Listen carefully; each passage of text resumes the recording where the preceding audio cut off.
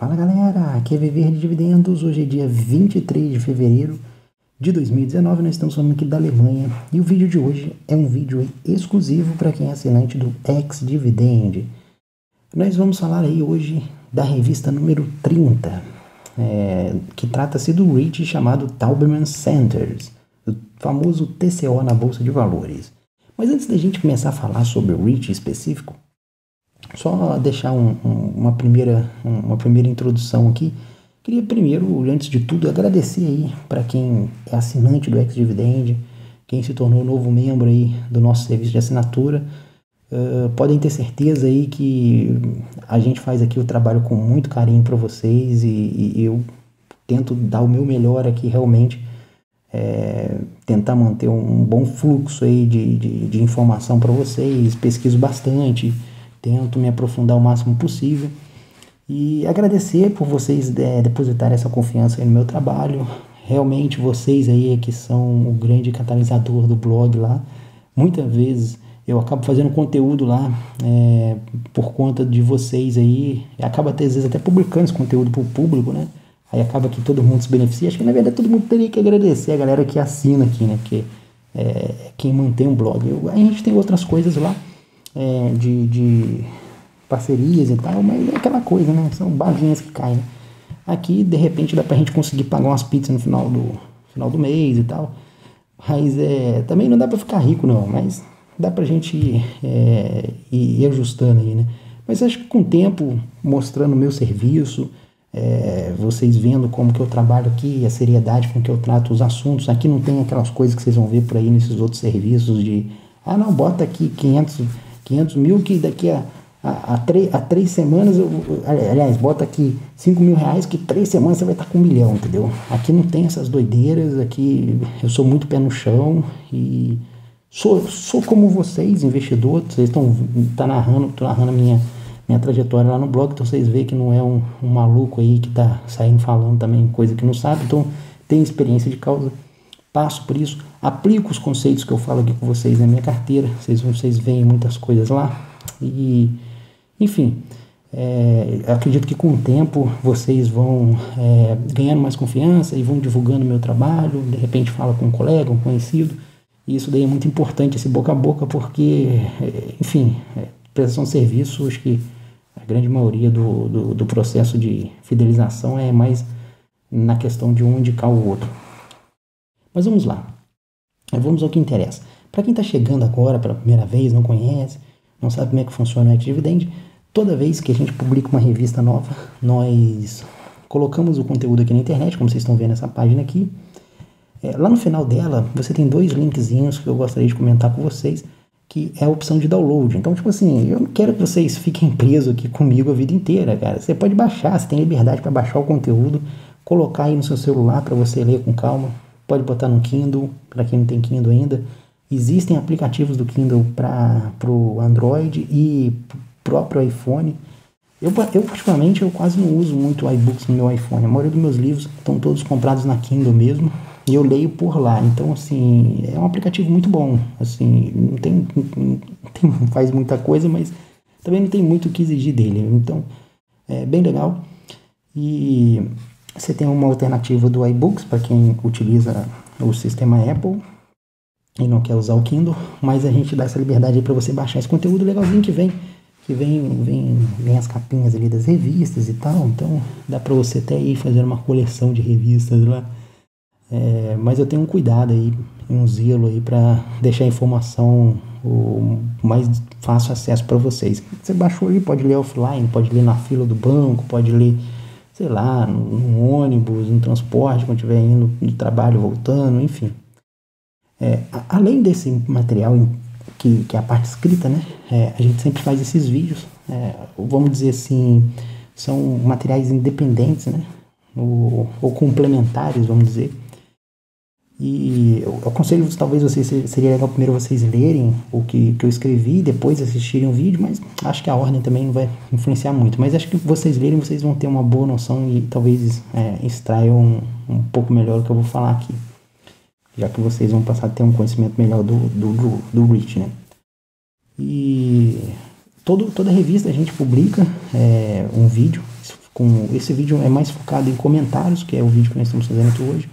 Eu vou comentar o que eu acho, né, os pontos positivos, os pontos negativos, os riscos, falar um pouco do mercado em que o ativo está inserido.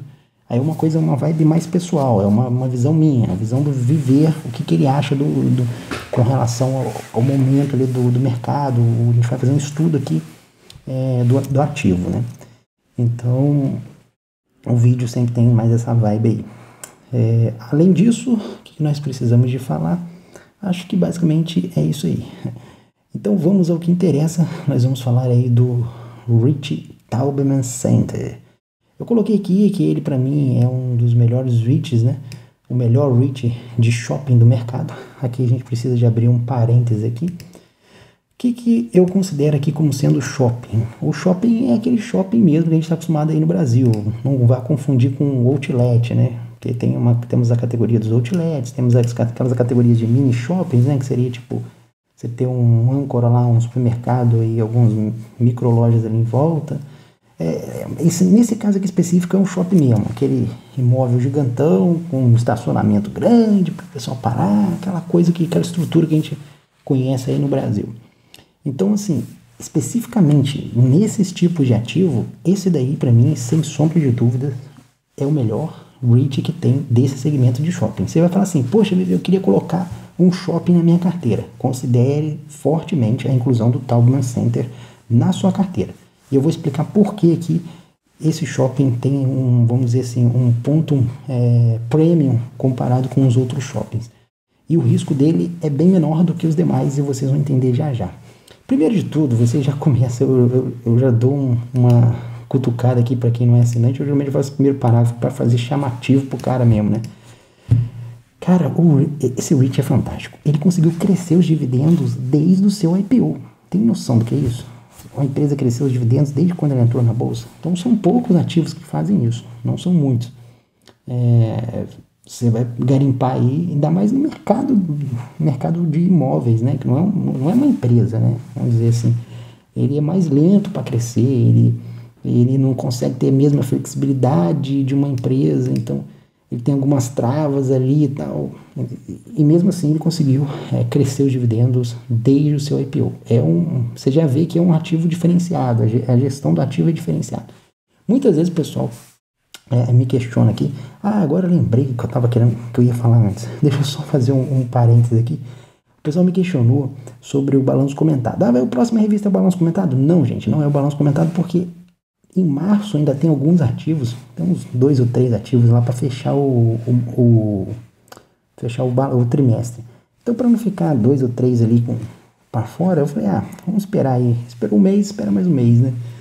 Vamos esperar mais um mês aí, a gente faz o balanço comentado. Para quem não sabe, o balanço comentado é um vídeo que eu faço, que eu pego todos os ativos da TopPix e a gente vai analisando ali o case de negócio deles ali e vendo acompanhando trimestre a trimestre esse ativo, né? Então é um acompanhamento bem legal que vocês vão vendo a evolução do ativo, vão conhecendo ali os riscos e tal. Até hoje não tiramos ninguém da TopPix, mas a gente vai analisando essas situações aí. Tem alguns ali que estão um pouquinho mais complicados, mas por enquanto ganharam alguma sobrevida aí. Vamos ver aí, eu já estou escrevendo a revista número 31, que é essa do balanço. Já peguei alguns balanços para ler, é muita coisa para ler, cara, muita coisa. Então, é muito material. E vocês sabem como é que é. Quem já leu o balanço sabe que não é uma coisa assim muito bonita para se ler, né? Então você tem que ler devagar, com calma. Não pode sair lendo 10, 15 balanços no mesmo dia, senão você fica louco. Mas eu gosto, cara, eu gosto. Eu reclamo, mas eu gosto. Até porque se eu não gostasse, olha só, 2h44 da madruga, eu falando aqui sozinho, com uma máscara de frente pro computador. Ou eu não sou normal, o que pode ser que tenha 80% de chance, ou eu gosto muito da parada mesmo, entendeu? Então não tem jeito, cara. A gente gosta quem gosta de finança não tem hora para estudar sobre o tema. Mas vamos lá. Vamos estudar aqui, entender o que tem de positivo no Taubman Center. O que faz com que esse ativo consiga crescer os seus dividendos desde o momento em que ele abriu o IPO. E aqui eu vou comentar, antes da gente entrar nesse ponto, uma outra parada que me vem à cabeça. Que o pessoal sempre me questiona aqui. Viver, Mas você, quando vai avaliar o REACH, você não se apega muito aos números. Sim, galera, a avaliação de REACH, você, vamos dizer que é 80% a 90% você entender a qualidade que ele tem de ativos. Ativos, inquilinos, diversificação de imóveis, diversificação de setores. Assim, 10% é você olhar os números, porque imóvel não tem é igual FII, você vai analisar a FII, você ver de um ano para o outro, o próximo muda, é a mesma coisa, entendeu? Você não é igual uma empresa que tem uma volatilidade maior de números e tal, aquela coisa toda. Então, o rate você tem que entender, mas é igual comprar um imóvel, cara. Você vai comprar um imóvel, você vai analisar, tipo, vamos dizer, onde o imóvel está localizado, está num bom ponto, que tipo de inquilino que eu posso ter com esse imóvel, entendeu? São inquilinos que, dependendo da crise, vão procurar uma coisa mais barata, ou vão conseguir sustentar, coisas do tipo. Então, você analisa mais o aspecto qualitativo da coisa e menos o aspecto quantitativo. Nas estoques, você pode até inverter um pouco, você pega um pouco mais o aspecto quantitativo, consegue dar umas olhadas em algumas coisas, mas, de modo geral, eu sou um cara que gosta muito de analisar o case, porque muitas vezes o cara analisa os números e eu sempre falo aqui, gente, o número é consequência. Não existe uma empresa ruim com bons números. Pode até existir uma empresa boa com números ruins, mas o primeiro ponto que você precisa de analisar é para ver se o case de negócio da empresa é bom. Porque se o case de negócio da empresa é bom, tem grande chance dos números não ser, pode ser até que não ser, mas o contrário é impossível. Então não faz sentido você começar pelos números se você não tiver um bom case. Então você nunca vai ter um bom número se a empresa não tem um bom case. Mas enfim, vamos ao que interessa. Vamos voltar ao Taubman para entender o porquê que ele conseguiu aí crescer os dividendos por tanto tempo. Acho que talvez isso daqui dê uma boa dica para a gente, né? A qualidade, né, ou o foco que ele coloca nos inquilinos dele pode dizer um pouco sobre isso, né? Os inquilinos do Taubman, eles são inquilinos assim com marcas prêmios, né? São aquelas marcas de grande nome, de grande expressão que atraem o público para o local, né? É importante um shopping ter esse tipo de marca porque é isso aí que atrai o público, né? Você não vai lá numa loja, no shopping para procurar uma lojinha da fulaninha, entendeu? Geralmente o cara às vezes vai para ir atrás de alguma grande marca, chega lá e acha a lojinha da fulaninha, passa, vê ali a vitrine, pô, gostei desse vestido. Cara, já cansou de acontecer isso aí com a minha mulher. Ela saiu para ir numa tal loja, chegou lá, achou numa outra lá, que ela nem pensava e acabou comprando na outra. Então é assim que funciona o jogo, mas você tem que ter essas lojas grandes que atraem a galera. Então aqui alguns nomes aí, né, para vocês entenderem. Eu não sou muito conhecedor de marca, tá, gente? Alguns aqui eu conheço, outras eu nunca ouvi falar na minha vida. Por exemplo, Dolce & Gabbana, eu já ouvi falar, mas eu nem sei o que vende. Diz, eu acho que é loja de roupa. Essa Superdry aqui eu conheço. Superdry é uma loja japonesa. Cara, é muito boa essa marca, inclusive. É uma marca japonesa. Para quem vai vir para lugar com frio e de repente dar uma passada nos Estados Unidos, aqui pela Europa, se ver essa loja Superdry, pode entrar e comprar umas roupas de frio que tecnologia japonesa lá para, tipo... porque, tipo assim, esses casacos aqui, ó, não é um casaco muito de marca, porque você vê aquele rechonchudo, né? Quando você vê que a roupa é vagabunda no inverno, você vê que geralmente a roupa deixa o cara igual um boneco do posto, igual aqui, né? Ele fica rechonchudo. Pô, mas é um casaquinho que eu comprei pra sair no dia a dia, ficar em casa e tal, aquela coisa. Então, assim, não precisa ser um casaco de marca, né? Mas, geralmente, casaco de marca, você vai ver que, tipo, essas Superdry, as roupas são fininhas e, pô, esquenta pra caraca o negócio. Não sei o que os caras arrumam ali, um tipo de tecido que o negócio esquenta pra caramba, entendeu? Então, mas enfim, não vamos ficar fazendo propaganda Superdry aqui, que não vem o caso. Mas Ferrari, por exemplo, nós já fizemos aqui, temos a Ferrari na nossa carteira de Top Picks e falamos um pouco sobre ela, principalmente essa questão das lojas, como tem crescido muito, tem dado muito retorno para ela, entendeu? Enfim, cara, tem algumas outras marcas aqui, Forever 21, acho que a Gap é conhecidíssima. Restoration Hardware, se não me engano, é tipo vamos dizer, uma IKEA de luxo, né? De marca de luxo. Enfim, então você vê grandes nomes aí dentro do shopping, né? E o que é legal nesse shopping? Bom, os shoppings da Taubman, eles estão inovando no sentido seguinte, que eles estão tentando trazer o mercado online para dentro do shopping. Qual é a crise da parada? O varejo, ele está em crise lá nos Estados Unidos. Você pode ter certeza disso. Muitos varejistas não vão sobreviver à crise que está tendo lá. E aí, essa crise, boa parte dela está sendo provocada pelo comércio online. E o Taubman não está conseguindo trazer essas empresas para dentro do shopping. Nós vamos falar um pouco mais sobre isso. Eu vou voltar nisso aqui depois, que acho que fica melhor. Nós vamos falar um pouco mais sobre isso. Eu vou vou falar exclusivamente da crise, né? Vamos continuar falando aqui das marcas e um pouco do case dele.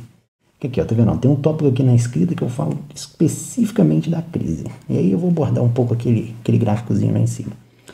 Mas olha só, olha o tanto de loja da Apple que eles têm, entendeu? É bastante loja, entendeu? A Apple atrai muita gente. Cheesecake Factory, que vende tipo um restaurante, né? Muito bom, excelente, cara. Se vocês passarem perto de um, pode entrar porque a comida é muito boa. H&M tem para tudo quanto é lado aqui na Europa. Os shoppings do Taubman também tem. Essa aqui eu não conheço. Essa aqui, Louis Vuitton, né? Acho que é isso mesmo, né? Loja de, sei lá, bolsa de mulher, né? Se não me engano. Esse aqui eu não manjo também quem é, pelo nome assim, não sei. Michael Kors. Eu também não conhecia esse Heights Michael Kors. Eu fui a última vez no outlet da Simon. E aí eu só compro roupa também no outlet, né, galera? Eu não tenho grana pra comprar nesses shoppings aí, não sou desse naipe, não. Eu compro na promoção do outlet. O outlet já é a promoção do preço normal. Aí eu espero o outlet entrar em promoção pra eu poder comprar alguma coisa. Mas aí minha esposa foi lá e me deu uma facada nessa Michael Kors. Esse raio desse nome desgramado não saiu da cabeça depois da facada que ela me deu. Esse Restoration Hardware que eu te falei, que são basicamente os caras vendem, vamos dizer assim, móveis, mas assim, ele monta uma loja lá, exibe os móveis e tal, aquela coisa meio polishop, vamos dizer. E aí você vai lá ver e tal, e faz o pedido, pode ser online, comprar ali e tal. Olha só, Tesla você botar uma loja da Tesla dentro do shopping, o seu shopping com certeza é um shopping acima da média, né? Vocês vão entender por que tem muita Apple e Tesla. Só para vocês entenderem uma coisa, tem uma loja da Apple, e aí aqui é a loja da própria Apple. Ter uma loja da Apple dentro do shopping já é um ponto muito positivo para o shopping, entendeu? Não é um shopping qualquer que a Apple coloca loja. A Apple analisa muito bem isso. Então, aí geralmente quando você vê uma Apple, a Tesla, ela não consegue colocar na mesma quantidade de loja, mas quase sempre que tem uma Apple, você vai ver uma Tesla perto. A Tesla gosta muito de abrir loja perto da Apple. Bom, Tiffany, não sei, nunca ouvi falar dessa marca, não conheço muito bem. Aqui é a Superdry, ela tem alguns shoppings aqui. A Zara é tipo uma H&M, né? Uma loja meio que de roupa, né? Mas assim, como se fosse uma Renner aí no Brasil, uma C&A que é tipo uma C&A. Só que a qualidade da H&M era um pouquinho inferior da Zara. Aqui na Alemanha, C&A, cara, não é roupa vagabunda, não. C&A é marca cara aqui. Tipo assim, não é igual essas marcas assim de luxo, né? Mas desses, vamos dizer, vamos colocar aí H&M, Zara, nós temos a Primark, enfim, mais algumas outras lá. A C&A é a mais cara delas e tem coisas muito bonitas na C&A. Eu compro muita roupa lá também. Por que eu tô falando isso? Porque você precisa de entender, saber quem são os inquilinos. Saber os inquilinos é importante. Esses caras aqui que pagam aluguel, são esses caras aí que estão te dando dinheiro. Se tem um monte de inquilino merda lá no shopping, cara, você vai ficar sem dinheiro. Então você vê assim, se ele tem grandes marcas ali, a chance de uma grande marca dessa dar um calote nele, ficar sem pagar o aluguel, é muito baixa, entendeu? Acontece e tal, mas é muito baixa. Então você tem que analisar isso, daí é muito importante, principalmente no shopping, no varejo. Você tem que analisar os inquilinos que o cara tem, entendeu? Isso é fundamental. Então quanto mais inquilinos top ele tiver, mais são as chances de que ele consiga passar por uma crise e continuar crescendo. É por isso que nós vemos, é um dos motivos do Taubman Center estar crescendo os dividendos como cresceu lá desde o seu IPO, entendeu? Ele atende um público, ele tem clientes, né, vamos dizer assim, inquilinos muito fortes no seu balanço. Isso é um ponto muito positivo.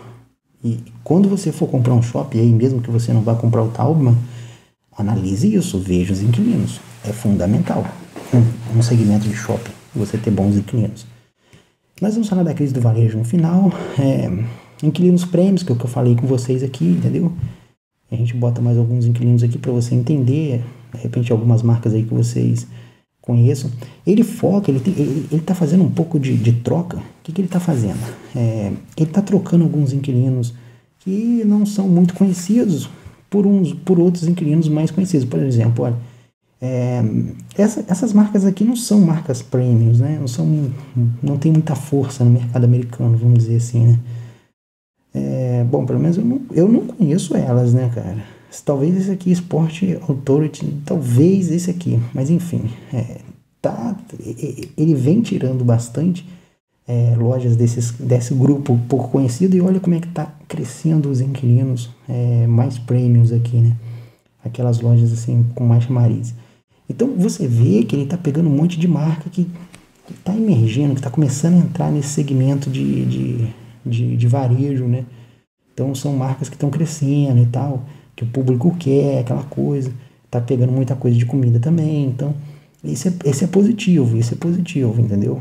Aqui, ó. E aí você começa a ver, porque à medida que ele atrai essas marcas que o público tá indo, né, tá procurando, você vê que tem um aumento ali do número de vendas por pé quadrado, né?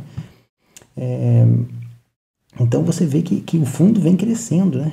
As vendas no shopping, apesar de todas as conturbações e crises e tal, olha só como é que cresceu bem aqui.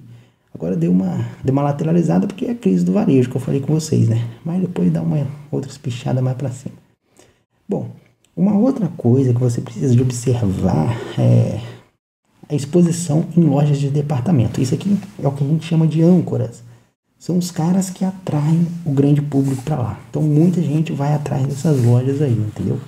Então é importante o fundo ter uma quantidade grande de âncoras, percentual grande da sua receita proveniente de âncoras. Essas âncoras aí é que atraem não só o público, os clientes finais, como também atraem outras marcas. Porque pega, por exemplo, uma Apple, ela não vai entrar num shopping que não tem grandes marcas em volta junto. Ela não vai ser a única estrela, entendeu? Ela só vai entrar num shopping que tenha outras âncoras fortes. Então, quando você coloca uma âncora dessa forte, pega uma Macy, uma Nordstrom, você consegue, tipo assim, atrair um público maior. Tá me entendendo? Então, aqui a gente faz uma comparação dos outros REITs, né? Que tem participações muito grandes em shopping, ou às vezes são exclusivos de shopping. E isso daí é bom para vocês terem uma noção, comparar sempre o REIT com seus pares ali e tal. Vocês podem ver aqui que quantidade, às vezes, não quer dizer tudo, né? Porque, pô, se você pega aqui, por exemplo, ó, o Simon Properties tem 107 lojas da Macy, tem 172 lojas âncoras no shopping. Mas as âncoras correspondem a 48%. Tá me entendendo? Então, assim, qual é o percentual de âncoras fortes que ele tem? Então, você vai ver que o Taubman, ele tem quase o dobro do segundo colocado, entendeu? O Simon, a gente, se não me engano, já falamos dele aqui. Mas é um bom rate, eu não acho o Simon ruim, não. Eu acho que ele tá até no nosso top picks. Eu não lembro todo de cabeça. Tenho quase certeza que o Simon tá. Deve estar sim, tá sim. Tô me lembrando que tá sim. O Simon tá sim. Mas o Simon não é exclusivamente de shopping desse tipo. Ele tem uns outlets juntos e tal, aquela coisa. O Taubman é só shopping, só focado em shopping. Então, assim, o que a gente vê aqui no Taubman? Ele tem uma exposição muito grande em lojas de departamento. E isso é um ponto positivo. Então, a gente vê aí, ó, total de lojas fashion 39, com total de tradicional loja de departamento 49. Então, assim, 79% da exposição dele em lojas âncoras. Isso é positivo, porque isso atrai público para lá, para aquele shopping, vai fazer com que o shopping seja movimentado e atrai outros inquilinos também, porque os inquilinos querem ficar perto, ok? Então a gente vê isso daí aqui, ó, na taxa de ocupação. Você vê que ele mantém uma taxa de ocupação alta ao longo do tempo, né? Não é uma taxa de ocupação baixa, né? Você vê em 95, 93, 94, então assim, é uma taxa muito boa, entendeu? E mesmo que saia inquilinos, ele consegue recuperar isso rápido. Tem conseguido recuperar isso rápido. Bom, o que o Taubman tem buscado? Bom, deixa eu ver aqui, antes da gente entrar nesse ponto, acho que eu tenho um gráfico aqui que eu queria falar sobre ele. Esse aqui tem a ver com valor, os dividendos aí, ó, crescendo bonito. Bom, aqui são os fundos, ó. Ele geralmente foca em grandes mercados, cidades grandes. Ele não vai abrir numa cidade pequena. Então ele foca em grandes mercados. Ele está começando a fazer uma aposta agora no mercado oriental. Ele está com alguns shoppings ali na Coreia do Sul e alguns shoppings na China. É uma boa estratégia? Nós vamos comentar isso ainda nesse vídeo. Vamos falar um pouco de como é que está indo essa estratégia dele aí e apresentar um projeto dele bem interessante. Mas isso daqui é para vocês entenderem aí os shoppings que estão na mão do Taubman. Então é bem legal aí para você dar uma olhada aí. Ele está desenvolvendo alguns aqui, tá vendo? Ó, tem um aqui que ele está fazendo na Coreia, outros ali já estão abertos e tal. Então ele geralmente foca em grandes centros, né? Em áreas muito populosas, né? E aí você começa a ver aqui, ó, a população aí de todos os shoppings somadas, né? 1,6 bilhão, né? Bilhão de pessoas, é muita gente. Então a área de cliente dele é muito grande, entendeu? É gigante. Ele só está atrás do Mac ali. Então, fora ele, o Taubman está em segundo, né? Então, olha aí. Mas aí você começa a entender, tipo assim, o Mac tem uma população muito grande, mas qual a concentração? Porque às vezes ele tem muitos fundos, muitos imóveis em vários locais, né? Qual a concentração dele? Está no top 50 mercados, né? Então 89% da carteira do Taubman, quase 90%, né? Estão nos 50 principais mercados dos Estados Unidos. Isso é importante, porque você está numa área muito grande, você tem um público maior e a crise te afeta muito menos do que uma área pequena. Por exemplo, eu não compro REIT que seja focado em shopping, que você vai achar alguns REITs que o foco dele é trabalhar em shopping pequeno. Tem REIT de tudo tipo. Aí tem uns caras que tipo assim, vou montar um REIT que ele só compra shoppingzinho, micro shopping pequeno, em cidade pequena. O foco dele é esse. Aí ele vai lá, compra baratinho e fica gerenciando aquele shopping. Paga barato, beleza, paga. Mas o que acontece com esses shoppings? Qual é o risco desses shoppings? Quando você entra numa crise, igual por exemplo foi 2008, esses caras sofrem muito, eles quase vão à falência, esses REITs aí, entendeu? Muitos shopping desses são fechados, igual a gente está vendo a crise agora nos shoppings, muitos shopping desses não aguentam. Por quê? Geralmente a população é pouca, às vezes é uma população que não é de alta renda, e aí, você pega um cara que ganha, sei lá, 30, 40, 50 mil por mês, vem uma crise, ele cai para 20 mil, ele ainda continua consumindo no shopping. Mas você pega um cara que ganha, sei lá, R$1.000 por mês e vem uma crise, não vai poder ir pro shopping mais, Então, tipo assim, é matemático, né, cara? Então, quanto mais alta a renda você atende, menores são as chances de uma crise te afetar, entendeu? Então, quando você compra um REIT de um shopping pequeno, que é focado em cidades pequenas, você fica muito exposto, é um risco muito grande. Eu, particularmente, não gosto desse tipo de REIT, entendeu? Eu procuro focar em REITs que estão em grandes cidades, entendeu? Note bem que eu não estou falando que é o REIT que tem poucos imóveis, não, entendeu? Você tem que analisar os imóveis do fundo e ver aonde eles estão posicionados. É isso aqui, ó. A concentração dele nos top 50 mercados, entendeu? Esses aqui são os principais REITs de shopping do mercado, os maiores, né? Deve ter mais uns 8 ou 10 aí, talvez até mais só de shopping, entendeu? Eu tenho um na minha carteira que inclusive não tá aqui, mas ele é pequenininho, coitado. Bom, aqui vocês vão entender um pouco do que eu tava falando, ó. A média de receita, né, das casas, né? Então você vê aqui que, por exemplo, o Taubman, ele não só é um shopping que está concentrado nos maiores centros, tem grandes marcas dentro do shopping, como ele é esperto o suficiente para colocar o shopping em locais onde tenham pessoas de altíssima renda. Meu amigo, a média, né? É claro que vai ter pessoas que vão estar acima, pessoas vão estar abaixo, mas a média ali é que as pessoas recebem $102.000 por mês. Eu fiz um cálculo aqui só para vocês terem uma ideia, ó, vou até copiar aqui porque eu não lembro de cabeça. Ó. $102.000 por mês dá uma média aí de 8,5K por mês de salário naquela família, por família. 8,5K dá uma renda de R$31.000, usando o dólar lá de 3,71.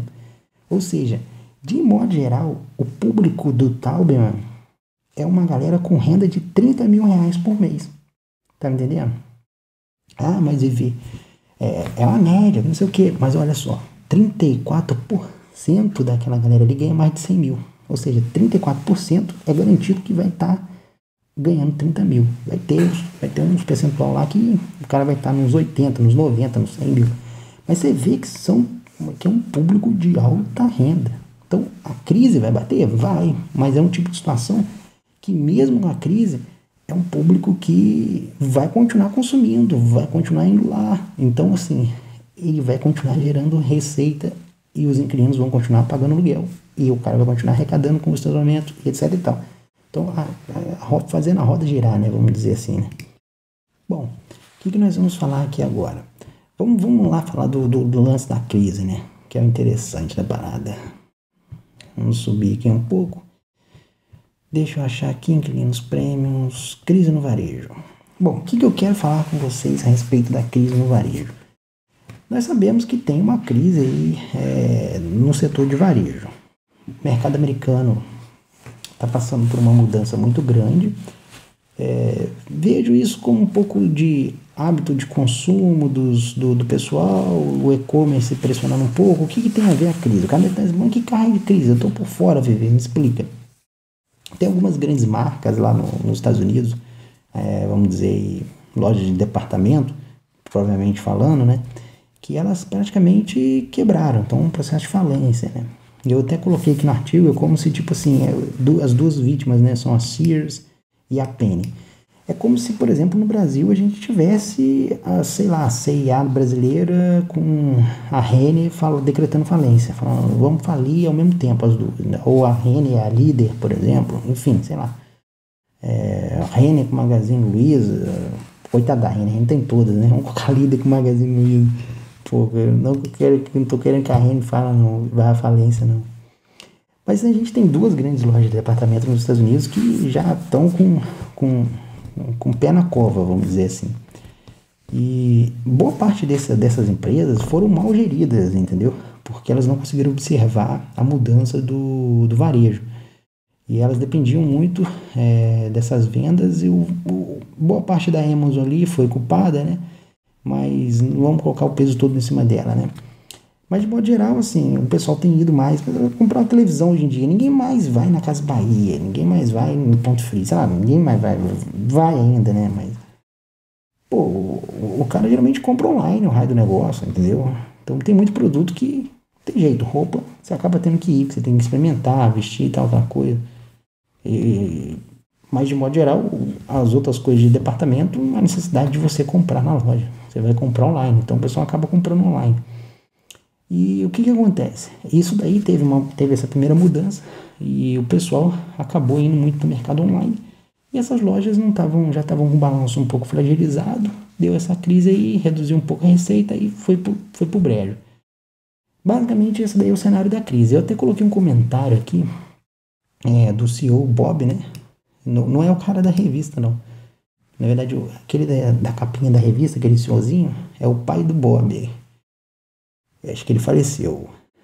Varejistas e proprietários de lojas ainda estão se recuperando, mas a recuperação é muito desigual, ou seja, estão recuperando mais rápido que o outro. Muitos shoppings não sobreviverão. Dissemos isso muitas vezes, ou seja, ele já está batendo essa tecla aí do malão só. Já tem várias vezes já que ele está falando dessa questão da crise, não é de agora. E acreditamos que os top 300 shoppings serão responsáveis por mais de 90% do valor do setor, ou seja, 300 shoppings vão ser responsáveis por 90% de toda a renda gerada naquele setor. E os top 100 ativos serão responsáveis por mais da metade, ou seja, dos 300, 100 vão corresponder a metade. Isso implicaria que a maioria dos 1.000 grandes shoppings hoje, na melhor das hipóteses, sumirão. Basicamente é isso aí que ele falou. Eu traduzi aqui para vocês aí, me desculpem a minha tradução do inglês para o português. Se alguém tiver ouvido, tiver pego o original, talvez possa achar alguma coisa um pouquinho diferente, mas em síntese é isso aí. É isso aí que ele disse, né? Então, assim, de modo geral, cara, a gente vê lá 1000 grandes shoppings, vão virar hoje 100, talvez 150 shoppings. E quais são os ativos que vão estar na mão do Taubman? Tem grande chance dos shoppings do Taubman estarem dentro desse mix aqui. Porque, como nós já vimos, são ativos premiums, eles estão bem localizados, estão com inquilinos fortes, o público em volta, né, é um público de alta renda. Então, enfim, são ativos bem estratégicos, né? Bom, aí a gente vai comentar uma segunda mudança que está acontecendo dentro do mercado. O que acontece? Aliás, antes de eu entrar nessa mudança, eu vou mostrar esse gráfico aqui para vocês entenderem o seguinte. Isso daqui são as lojas de departamento problemáticas. Ou seja, esses dois caras aqui é que estão derrubando a cotação do fundo. Para vocês terem uma ideia, o topo histórico do fundo acho que é 82, 80 dólares lá. Hoje ele está cotado acho que em dezembro estava quase metade do preço, entendeu? Está a 50 dólares hoje, se não me engano, 52, alguma coisa assim do tipo. Cara, 50 dólares é tipo assim, é um bom desconto. Para quem está interessado em comprar um shopping, agora é o melhor momento. Não tem momento melhor do que agora, entendeu? É igual, por exemplo, esse dia um leitor me mandou mensagem e falou, pô, o HI, a cotação tá caindo, tá de lado, não sei o que. Eu falei, pô, que bom, cara, você tá comprando para longo prazo. Se o fundo continua com um bom ativo, gerando lá receita, renda e tal, aquela coisa toda, você analisou, viu que tá tranquilo, cara, compra, aproveita e compra, entendeu? Então, hoje, por exemplo, eu um tempo atrás eu comprei, porque você vê, né, como é que você entender, é que também não pode sair fazendo, porque eu falo, né, acho que eu falei isso aqui, né, você não pode comprar porque caiu, né, vamos dizer assim, né, só por conta de ter caído você vai fazer merda, não vá assim não, você precisa entender o porquê você está comprando, porque, por exemplo, o HI, ele despencou a cotação forte mesmo. Deve ter comprado ele aí no ex-dividend e deve ter aguentado a queda e saiu vendendo no desespero. Mas ele tá na nossa top picks. Eu não tirei ele. Eu acho ele ainda um bom ativo, por isso que eu continuei com ele lá. Tá ali numa possível recuperação, mas hoje o HI na minha carteira de ações, de REIT, aliás, ele é o REIT que está me dando o maior retorno, porque ele começou a se recuperar. Só que quando eu comprei ele, eu analisei e eu falei assim, cara, ele está com problema, mas é gerenciável o risco dele, entendeu? Pode ser que depois de alguns 2 ou 3 trimestres o negócio desandasse e eu falasse, tanto é que eu falei com você, gente, ele está procurando 2 inquilinos, acho que eram 2 inquilinos mesmo. Falei, se ele tiver mais um inquilino com problema, eu tiro ele da Top Picks e considero até vendê-lo. E aí ele conseguiu reverter aqueles 2 inquilinos, conseguiu realocar aqueles asilos e tal. Estou falando do outro REIT aqui para vocês entenderem, tá? Então, esse cara aqui é a mesma situação. Ele está com problema com 2 inquilinos. Mas aí você tem que entender qual é o impacto desses 2 inquilinos na carteira dele. E aí você tenta entender os outros competidores, você vê o tamanho do rombo, né? Porque às vezes o mercado fica desesperado. Pô, você pega um fundo desse, como o Taubman, você pega essas 2 lojas que correspondem lá, sei lá, 14% de todo as lojas de departamento. Cara, são 7 lojas em 49 lojas de departamento, 14% da fatia. Ele é a menor exposição do mercado de shopping nessas lojas problemáticas. Tudo bem o mercado de shopping pegar esse cara aqui, ó, o WPG, que é um fundo que é mais ou menos, eu não colocaria na carteira, mas enfim, tudo bem o fundo pegar o WPG, que está com metade das lojas de departamento nessas 2 lojas problemáticas e detonar com a cotação do WPG. Aí beleza, porque essas lojas aqui vai ter vacância, não tem jeito, elas estão falindo. Ele não vai conseguir realocar essas 81 lojas ali, entendeu? Então, beleza, ele vai acabar sofrendo aí com isso. até mesmo o SPG tá com um pouco de risco nessas duas lojas, que você vê, ele tem 125 lojas, porque ele é muito grande, né, cara? O Simon é gigante, é um fundo gigantesco, é muitos imóveis que ele tem. Então, tipo assim, apesar dele ter muita, é 34%, mas é um risco que você tem que olhar se você for investir no Simon. Os outros aqui, ó, por exemplo, o Pay, tá com 51%, entendeu? É muita coisa. O cara que tá na melhor situação aqui, disparado, que é tipo assim, a metade do segundo colocado lá, vamos colocar pra, praticamente, né? Que é o Simon, é o Tauberman, cara. Assim, é muito gerenciável o risco dele. O mercado tá desabando a cotação dele, que eu vejo, particularmente, não vejo motivo para isso. Por enquanto, não me parece. 14% de receitas, ele consegue realocar essas lojas, essas 7 lojas aqui, ó, brincando. Se esses caras falarem falir, ele rapidinho realoca essas 7 lojas ali. Pode ter certeza disso. Entendeu? Pode ter certeza. Porque é aquilo que eu falei, foi o que aconteceu no HI. Eles têm um relacionamento muito próximo com os inquilinos. Então, se abre uma loja daquela ali, ele talvez ele consiga colocar um outro inquilino ali dentro de outro shopping que ele tenha, entendeu? Que de repente não abriu. Sei lá, de repente uma Sears fecha, ele pega, divide a Sears no meio e fala, pô, vou fazer metade Superdry aqui, metade, sei lá, Dolce Cabana. Enfim, não sei o que ele vai fazer. Ou monta uma Apple ali onde tem uma Penny, sei lá. Ele tem um monte de ideia para bolar. Não sou eu que vou dizer o que ele tem que fazer, mas com certeza 7 lojas ali problemáticas não vão despencar o balanço do raio do fundo em 50%, meu amigo. O troço estava cotado $80, não caiu para 40 em dezembro. Tipo, é loucura o que o mercado está fazendo. Aí, essas oportunidades, o investidor de longo prazo não pode perder, entendeu? Ele tem que analisar isso e ver se vale a pena esse risco para ele, entendeu?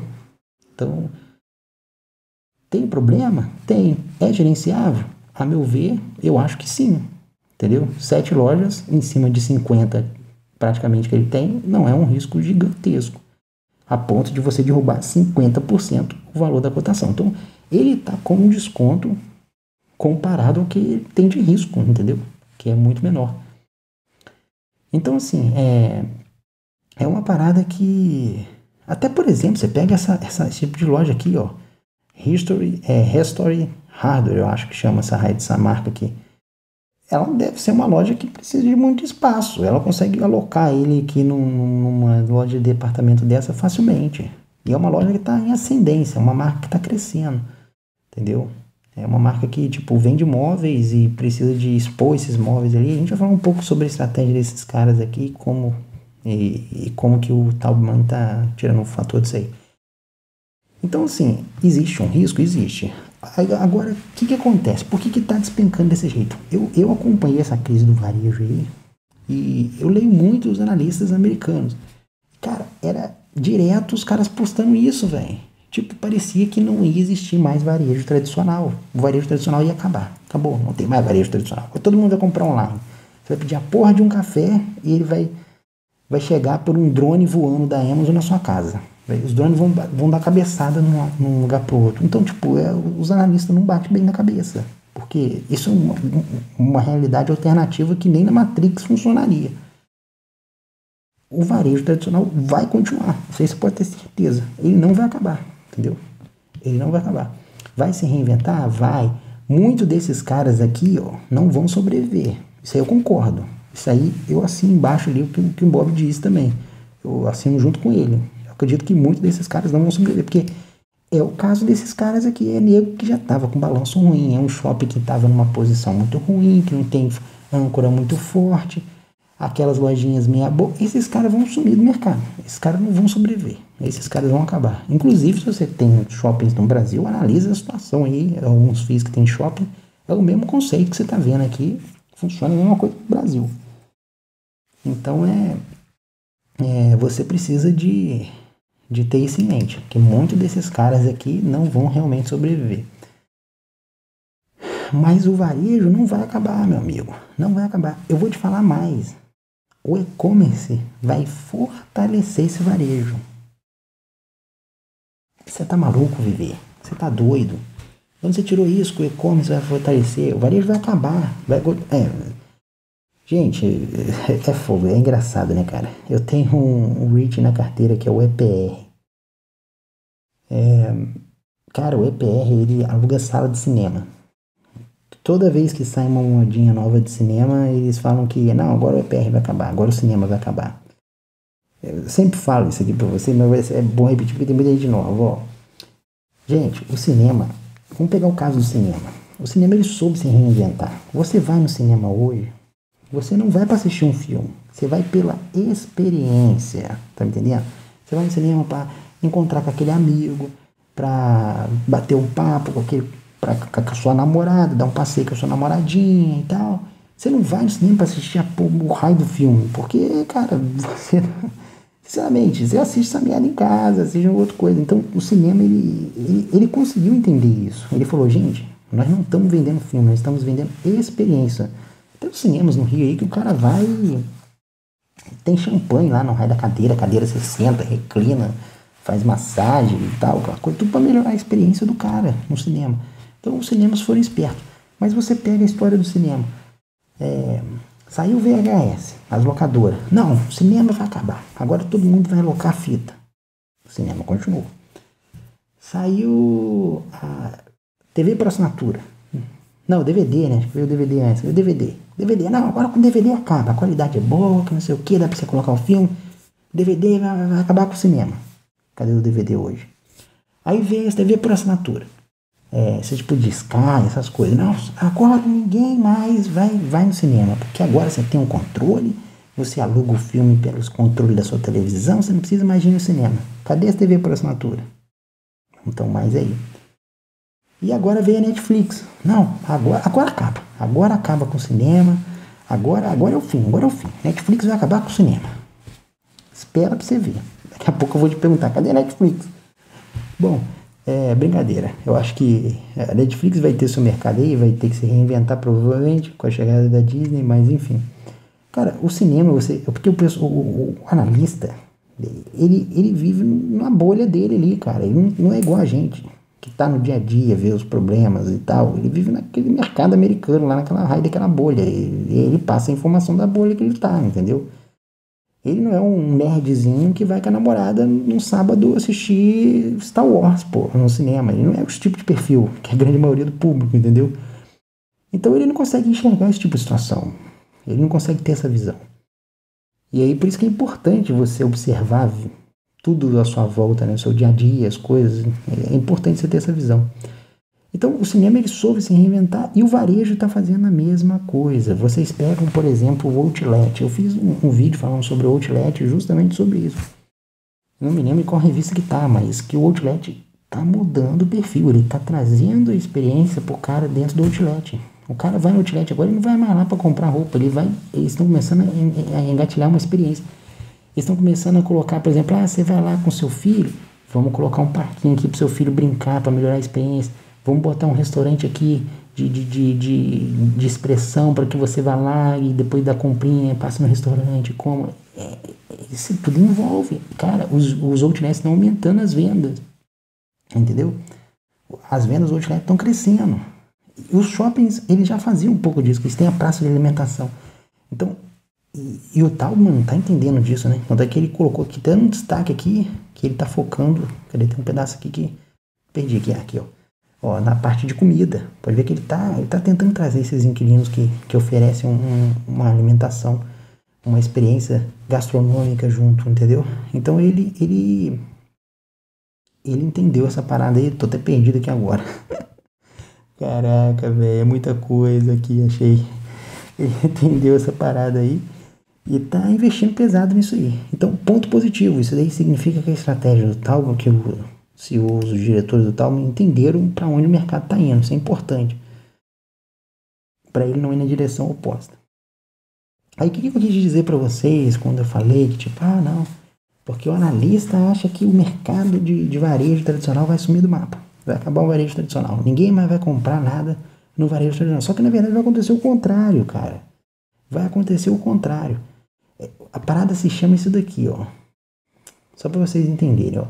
Esse aqui é o e-commerce hoje, ó. Não dá nem 25% de todo o varejo americano, comparado com o resto.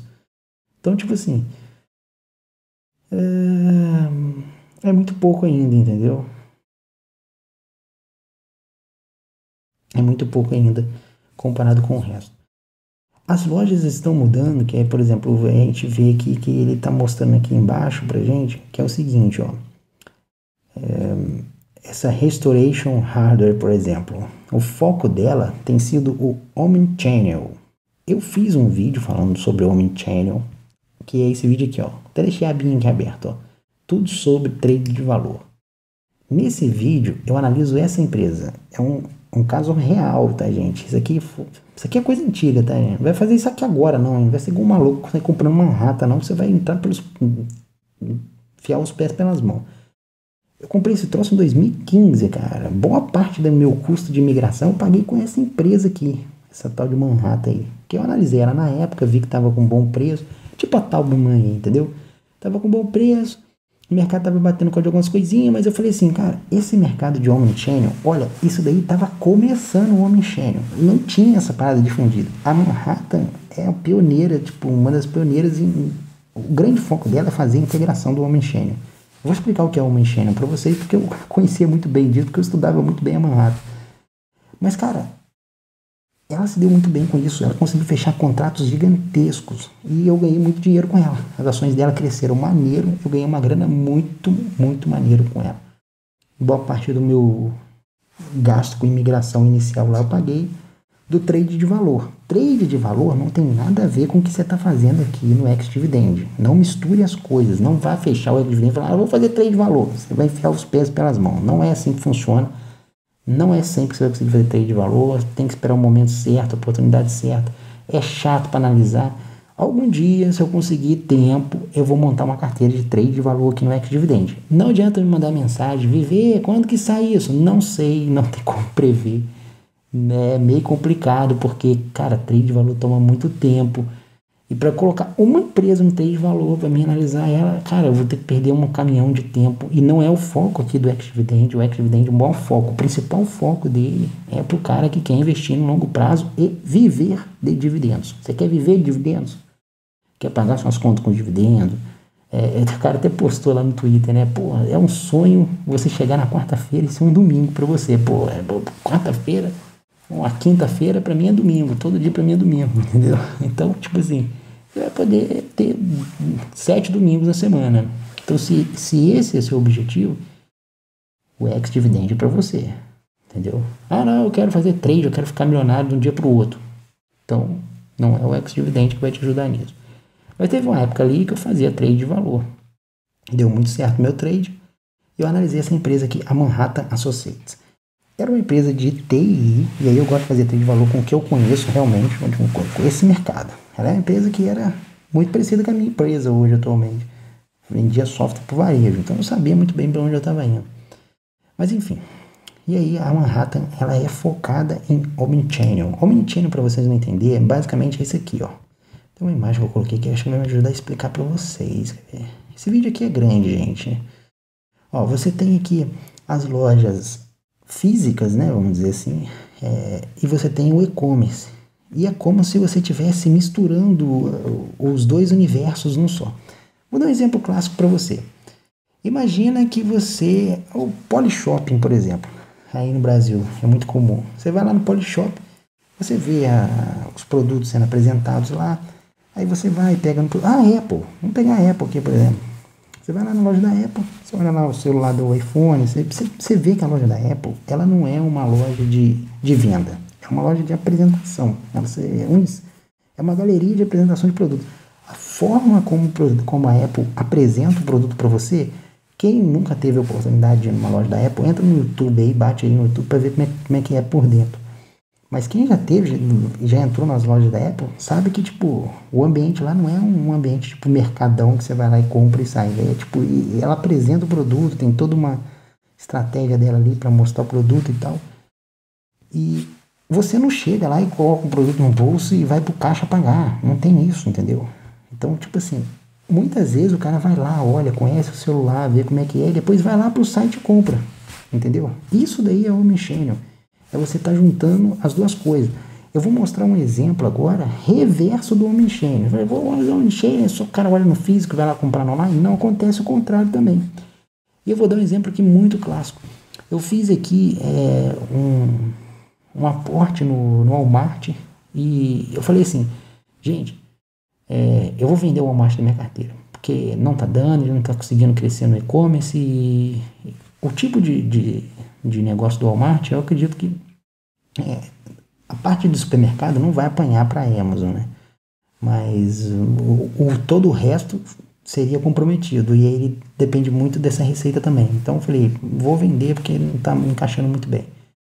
E aí o Walmart fez uma sacada que ele conseguiu misturar o Omnichannel, uma estratégia de Omnichannel, que ele fez o quê? Você entra no site do Walmart, faz o pedido lá, pô, eu quero aqui um arroz, quero essa cebolinha, quero feijão, não sei mais o que, você vai pedir de compra lá, quero comprar uma bota, um pneu de carro, enfim, interessa. O que você queira, vende no Walmart lá, você vai fazer o pedido online e aí você vai pegar esse produto, ao invés dele ser entregue, porque qual é o grande problema hoje no e-commerce?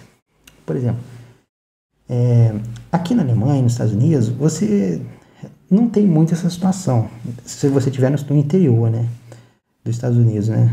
O cara geralmente deixa o produto na porta da sua casa ali. Mas, pô, se o cara vai deixar um produto na porta da sua casa e você mora em Nova York, logo que você chegar não tem mais produto.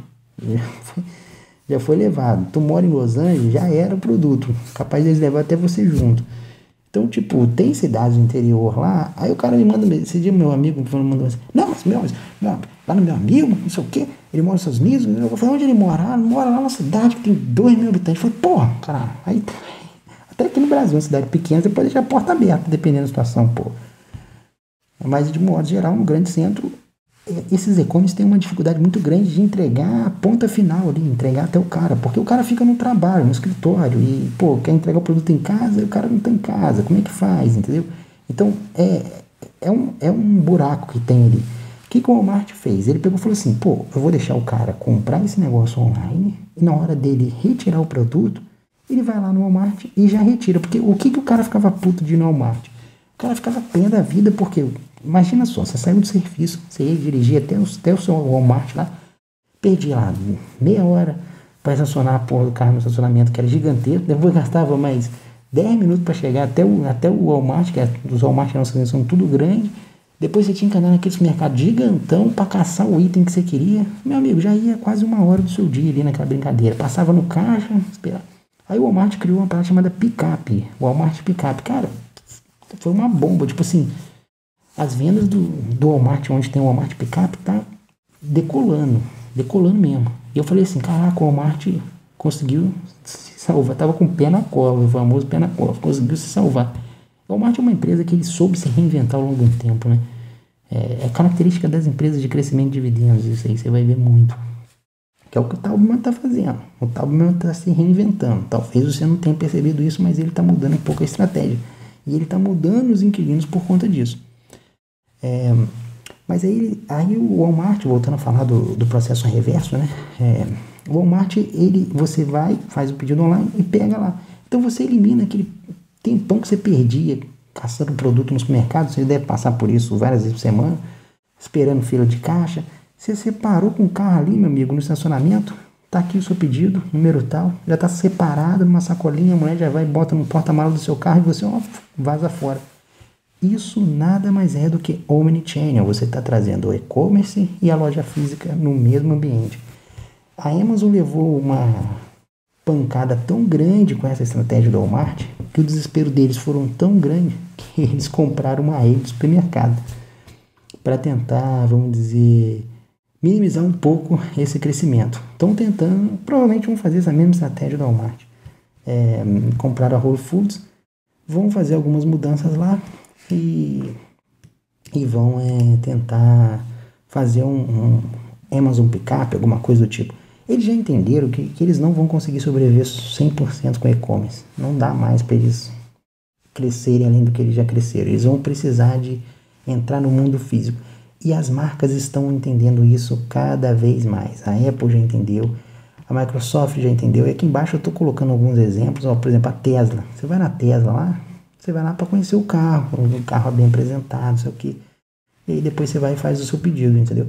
Então, essas lojas aqui que estão misturando a venda online, né, com lojas físicas, são lojas que estão buscando espaços ali dentro desses shoppings. E é por isso que eu falei com você que é por isso que o CEO falou que, tipo, se você tem 1.000 shoppings hoje, só 100 é que vão ser o responsável por 50% da receita que tem hoje dos 1.000.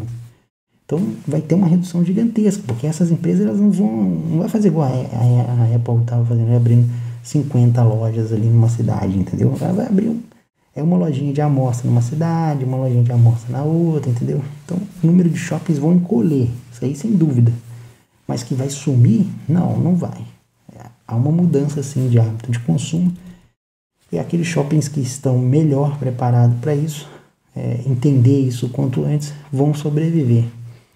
Ponto positivo para o Taubman, que já sacou essa estratégia do Omnichannel e já está mudando um pouco ali o perfil, né? Não só de inquilinos, mas também de toda a estrutura do shopping para poder suportar esses inquilinos aí.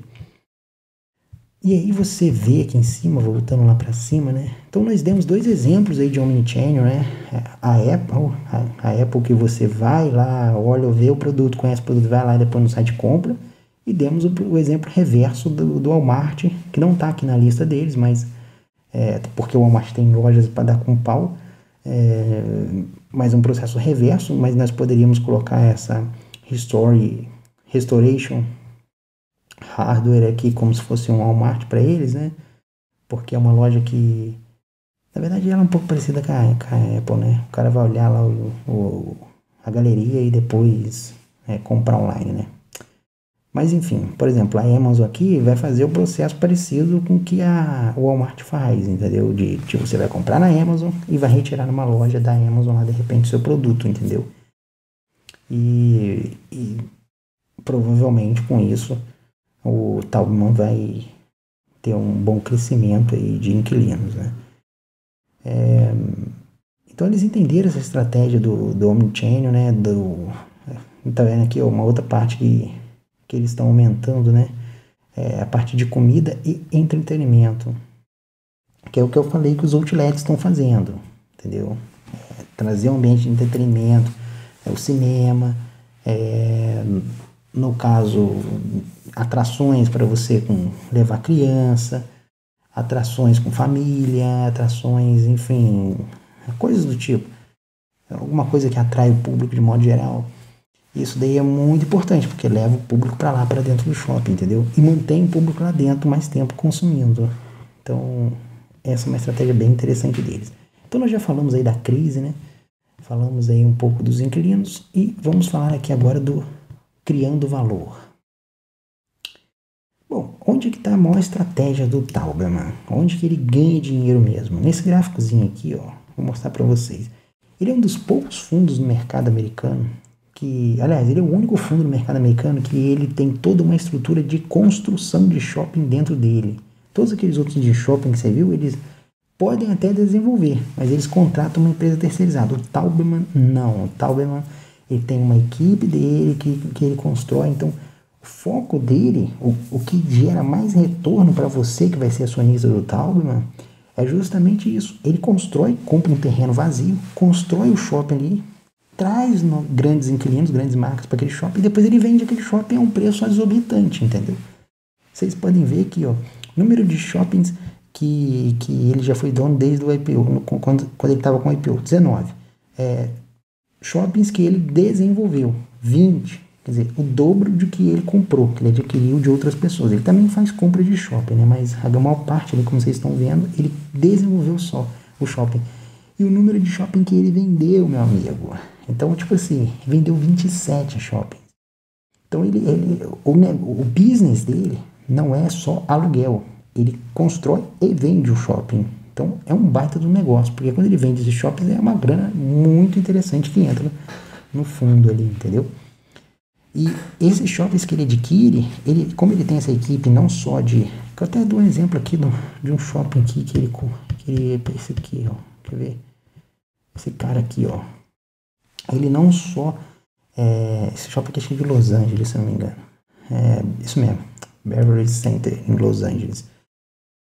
ele reformou o shopping completamente. Então eles têm esse know-how, eles têm essa equipe aí que ele consegue fazer uma reforma no shopping.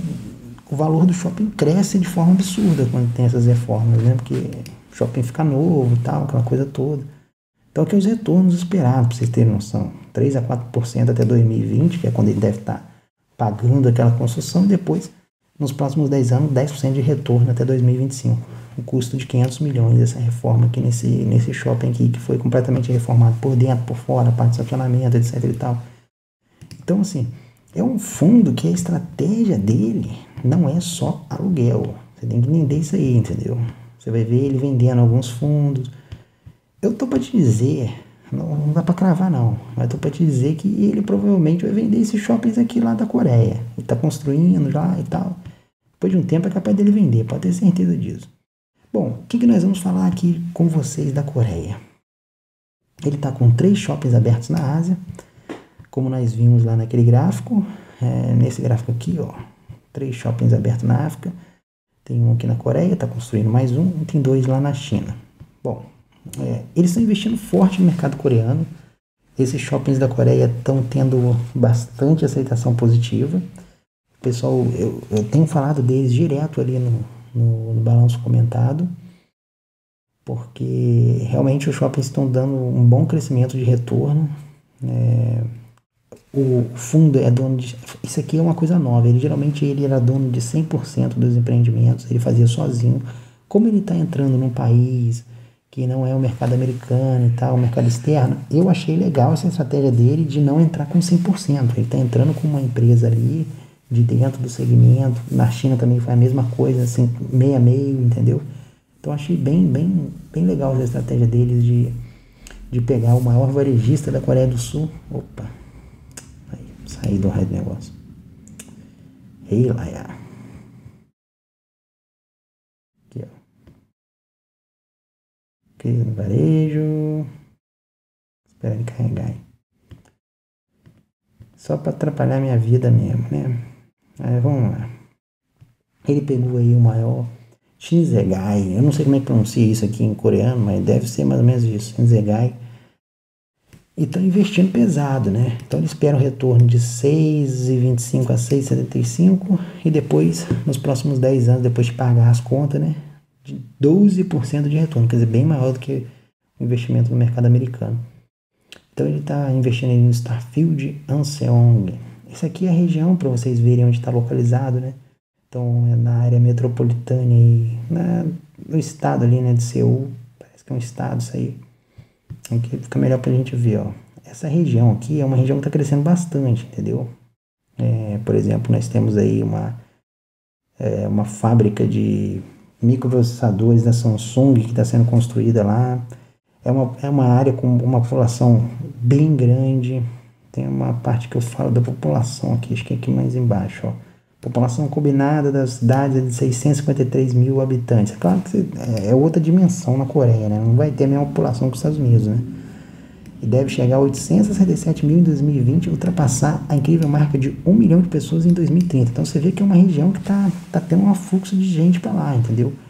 E aí eu falei com vocês aqui, ó, a fábrica de semicondutores da Samsung, que vai abrir 110 mil postos novos de trabalho lá. E a base militar americana está mudando para cá, para essa região, vai aumentar em 80 a 100 mil habitantes ali naquela região por conta da base. Então é uma região que vai ficar altamente povoada, entendeu? É uma região muito interessante, tem grandes oportunidades de ser um bom negócio para o Talvman ali dentro, porque ele está numa região bem promissora, entendeu? Só para vocês terem uma noção, né, as vendas dentro do shopping cresceram 14% no trimestre. De um trimestre para o outro. Os coreanos gostaram do Talbman lá e estão indo lá para comprar e gastar dinheiro mesmo. Os coreanos gostaram bastante do mercado lá do shopping do Talbman. Então aqui para vocês verem que é um shopping que é construído próximo às rodovias, né, grandes cidades e tal. Isso aqui é, por exemplo, lojas de departamento e shopping center per capita, né? vamos dizer assim, pé quadrado por pessoa, né? Pra você ver como é que o mercado, é um dado de 2015, está um pouco desatualizado, né? Mas para você ver como que o mercado coreano ainda tem muito para crescer ainda, né? Porque o mercado americano está com 24 pés quadrados por pessoa, né? De retail, né? De varejo, né? De departamento e shopping. E o mercado coreano está com 6, né? Então tem muita coisa para crescer. Tem muito pouco grande shopping aqui, né? Você vê aqui, ó. Só 2 outlets, 3 outlets e tal. Então é um mercado interessante pro Taubman entrar. É uma opção interessante. O que nós vemos? Se é uma boa opção ou não. Para mim, a minha aposta é que tem dado bons retornos. Existe um risco agora em cima disso, né? Porque agora ele vai estar trabalhando com outra moeda. Então, de repente, uma valorização ou desvalorização do dólar tem que ser considerada agora na avaliação do ativo. É igual, por exemplo, o Simon. O Simon tem vários outlets aqui na Europa. Eu, inclusive, vou direto num outlet do Simon. Beleza, o Simon, acho que, se não me engano, acho que ele tem 50% do outlet. E aí, toda a renda que ele recebe ali é em euro. Só que ele paga o acionista em dólar. Então, ele tem que fazer essa conversão aí. Então, isso passa a afetar o balanço do fundo, entendeu? Então, você tem que analisar. Como o Taubman não tem uma expressão muito grande fora do mercado americano, é poucos imóveis, então, assim, não é uma coisa que vá preocupar muito. Mas tem que ir olhando aí com relação à questão do câmbio. Mas, de modo geral, ele tem feito esses investimentos lá fora. Eu vejo como positivo, eu acho interessante, porque o mercado americano é aquilo que o próprio CEO falou. Não tem muito como crescer ali dentro, não, porque o mercado, na verdade, vai encolher. Aqui a gente, para finalizar, a gente vê aí o crescimento dos dividendos. É uma empresa que cresceu dividendos desde 1992, uma ótima história de crescimento, e ela coloca isso no seu balanço direto e tem que se gabar disso mesmo, porque não é qualquer um. Esses aqui são o FFO deles, né? Vamos dizer, como se fosse o lucro, né? Se a gente estivesse olhando para uma empresa, como se fosse o lucro líquido. Nós temos aí um crescimento, uma quedinha, depois retomou o crescimento de novo. Esses FFO é normal ter essas variações assim, não é muito coisa homogênea, não é igual o lucro que vai crescendo. Em 2018 aqui, eu tinha que ter colocado estimativa aqui, tá, gente? Foi um erro meu aqui. Esse 2018 não está fechado com o oficial, que não. Uma estimativa aí baseada no que os analistas acham que vai crescer. Aqueles mesmos analistas que falam que o varejo vai acabar de um dia para o outro. São os analistas que falam, não, eu acho que vai crescer tanto aí, esse FFO aí. Então a gente pega essas informações aí e faz umas projeções aqui para vocês terem uma ideia mais ou menos de para onde está indo o FFO do fundo. Galera, eu acho que deu para vocês entenderem aí. O Taubman é uma opção interessante para você estudar, colocar aí um pouco de tempo aí para se debruçar em cima do balanço dele, dar uma olhada aqui nas informações que eu coloquei aqui, dar uma lida com calma e considere os pontos positivos, né? Só revisando aqui rápido a questão da localização dele, que é muito boa, localizado em grandes centros, a questão dos inquilinos, que são inquilinos prêmios, marcas fortes, os clientes dos inquilinos, ele está localizado em uma região em que as pessoas têm um poder aquisitivo muito grande. O fato dele ser construtor de shopping, ele tem o conhecimento de construir, então ele compra um terreno barato, constrói um shopping ali barato, e depois vende aquilo com um bom lucro. Então é um ponto positivo. Mais ponto positivo, a gente vê a exposição dele buscando, né, inquilinos que estejam ligados a esse novo e-commerce aí, né, buscando o omnichannel. Então isso é um ponto positivo. A diversificação dele no exterior é um ponto positivo. Os riscos que nós vemos, aquelas lojas de âncoras problemáticas, a gente vê que ele, apesar de ter um percentual pequeno, é um risco ali de 10% ali da carteira dele. O fato dele ter esses imóveis no exterior, depender um pouco da questão do câmbio ali, pode de repente o câmbio desfavorecer, apesar de ter talvez até aumentado a receita de aluguel naqueles imóveis, o câmbio pode anular isso. Então é uma coisa que precisa ser ponderada, apesar de que ainda é um percentual muito pequeno da receita deles. E é um fundo assim que ele é muito pé no chão, né? Você vê que ele não é, o foco dele não é igual, por exemplo, o Simon da vida, que tem lá não sei quantas lojas, entendeu? Eles são bem pé no chão, eles só colocam ativos prêmio na carteira, então são poucos ativos, ele não vai sair comprando igual louco. Isso é um ponto positivo que eu vejo, né? Eu acho interessante isso, mas é ruim que fica com poucos ativos. Quanto mais ativos você tem, mais diversificado você fica, entendeu? Mas, de modo geral, não vejo isso para esse tipo de perfil de shopping dele como sendo muito ruim. Mas o ideal é que ele tivesse bem mais ativos, mas acaba que também aumentaria um pouco mais de exposição nessas lojas problemáticas, né? Mas enfim. Bom, acho que é esses pontos aí que a gente precisava de ressaltar.